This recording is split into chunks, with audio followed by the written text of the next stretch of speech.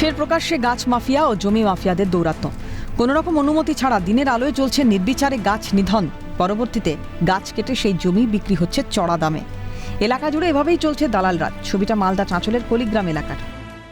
এই সেই কলিগ্রাম, আর এই সেই কলিগ্রামের যে আমবাগান, সেই আমবাগান থেকে একের পর এক আম গাছ কিন্তু কেটে ফেলা হচ্ছে।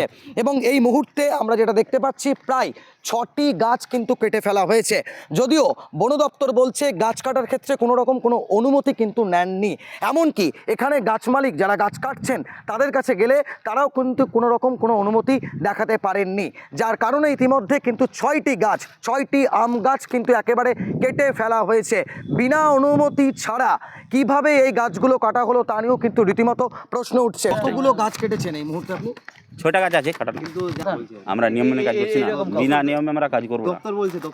দপ্তর বলছে এখন ফাঁস কাটতে পারে, কোনো অসুবিধা নেই। কটা গাছ কেটেছেন? 6টা গাছ কেটেছি বিনা অনুমতিতে 6টা গাছ কেটে ফেললেন? হ্যাঁ, মানে এই বিনা অনুমতিতে আমি কথা বলেছি, কথা বলে কেটেছি। হ্যাঁ, কথা বলেছি, আমি অফিসের সঙ্গে কথা বলে তারপরে আমি কেটেছি। অভিযোগ, গত কয়েকদিন ধরেই এলাকায় চলছে বৃক্ষ নিধন যজ্ঞ। একের পর এক কেটে ফেলা হচ্ছে আম গাছ।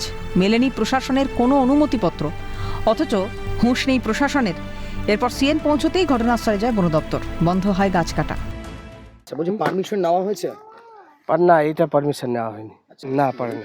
তো আপনারা এখন কি করলেন? আমরা এখন বন্ধ করলাম এটা।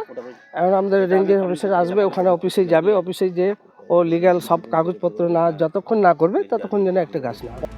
অভিযুক্তদের শাস্তির দাবি জানিয়েছে শাসক শিবির। যে বা যারাই করুক এটা অন্যায়। বন দপ্তরকে বলবো যে আপনারা বিষয়টা যাতে সম্পূর্ণ তদন্ত করে যারা দোষী আছে তাদের দৃষ্টান্তমূলক শাস্তি হবে, এইটা আমরা দাবি রাখছি।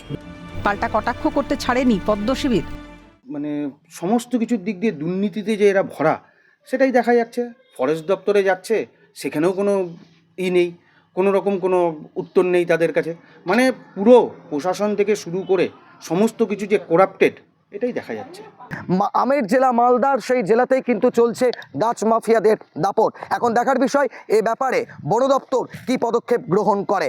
আদৌ যারা এইভাবে একের পর এক গাছ কেটে ফেলছে তাদের বিরুদ্ধে কোনো প্রশাসনিক কোনো পদক্ষেপ নেওয়া হবে, না এভাবেই তারা ছাড় পেয়ে যাবে? সব থেকেই বড় প্রশ্ন।